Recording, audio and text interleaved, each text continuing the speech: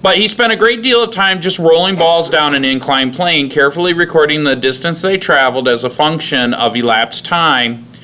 And he had experiments that were commonly repeated in physics classes today. So we're going to actually repeat a similar lab compared to what we're going to cover today in our pre-calc class.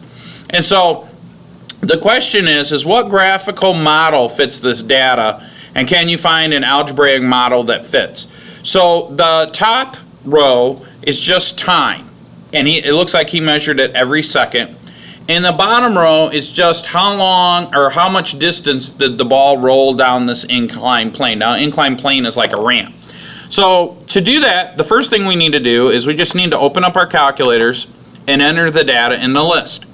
So if I hit the stat button, remember if I come down here to setup editor, it resets everything in my stat thing, and then if I hit stat again, I may need to clear a list.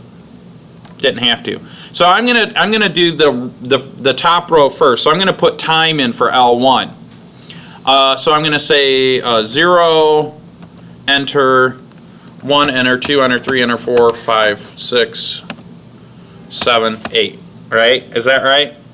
And then I'm gonna come over to L2, and I'm gonna hit 0.75, 3, 6.75. 1, 2, which is 12, 18.75, 27, 36.75, enter, and 48. Now, as you observe this data, what do you notice? What are some numbers that you notice that kind of stick out to you?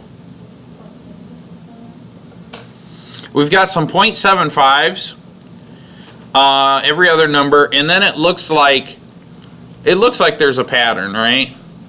I'm not quite sure what the pattern is, but it looks like there's a pattern. So I'm going to check and make sure my y-vars is cleared, and then I'm going to turn on my stat plot. Notice that mine's off, so I got there by hitting second Y. See this little word that says stat plot in yellow, so I have to hit the yellow button to access that menu. I'm going to hit enter again to turn that on. By default, it says L1, L2, which is good because that's where I put the data. And then I'm going to come over to graph, and I can't see all the points. So since I can't see all the points and I want to see all the points, what I'm going to do is I'm going to hit zoom and come down to zoom stat. Now zoom stat is what you use a lot in the stats class, and all that does is it figures out all the values for L1 and L2 and finds the minimum and maximum. Since L1 represents the X values, it takes a little bit lower than the lowest value in L1 and a little bit bigger than the maximum value in L1, and it fits that to your X parameters of the window and does the same for L2 and the Y parameters. So now what does that look like to you guys?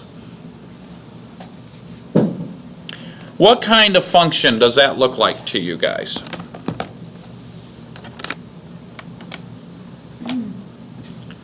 And I'm going to sketch the graph here. What kind of function does that look like to you guys? Yes? Thank you. It looks like it could be half of a quadratic. Yeah, it looks like a quadratic equation. So what I could do is I'm just going to sketch this. So on your homework, I can't see your screen. And what you could do is you could just simply kind of sketch this, kind of freehand it. It doesn't have to be perfect. Right, Mr. Adams, you know, and you're just kind of sketching it. So this is example number 4, right? And you could probably write the data down if you want to. You don't have to. So it looks like a quadratic. So one thing we could do is let the calculator calculate it. Now if you take stats next year, they'll actually teach you how to calculate it by hand. But for now, we'll let your calculator do it. So we're going to hit stat again, and this time we're going to go to the calculate menu.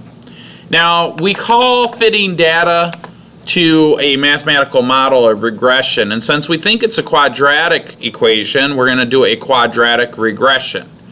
So when I hit enter, by default, it'll automatically pull the information up. Okay?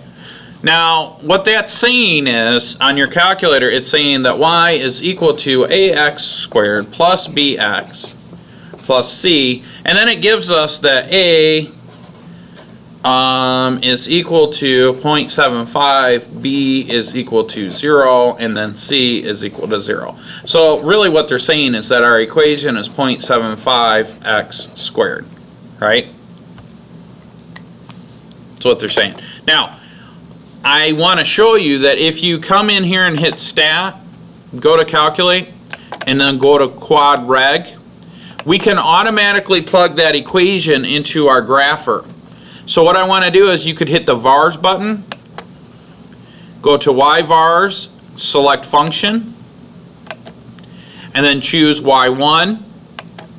And now if I hit enter, what it will do is it will store this information as this equation into y1. Whoops, I hit the wrong button. Okay, it still spits out the information, but now when I go to y1, notice it plugs the data in the equation in. So now when I hit graph, I'll see the line and it goes right through the dots. Now sometimes it won't always go right through the dots. This problem was kind of rigged up for us, right? Are there any questions on that? So what does this mean? Well, remember Galileo measured distance over time, so what was the independent variable in this scenario? The time or the distance? Well, let me rephrase that. Which depends upon the other? Does the distance depend upon the time, or does the time depend upon the distance? Okay, we got two trains of thought, so let's do it this way. If you think that the time depends upon the distance, raise your hand. Oh, if you think the distance depends upon the time, raise your hand. If you want to go home and go back to sleep, raise your hand. All right, we all agree on that one. But what it is that the distance depends on the time. The more time that passes, the further the distance is. So what we're really saying is that we can calculate how far something will roll down an inclined plane by using this equation, if we know what the time is, okay? Another thing to keep in mind is that L1 is usually the independent variable.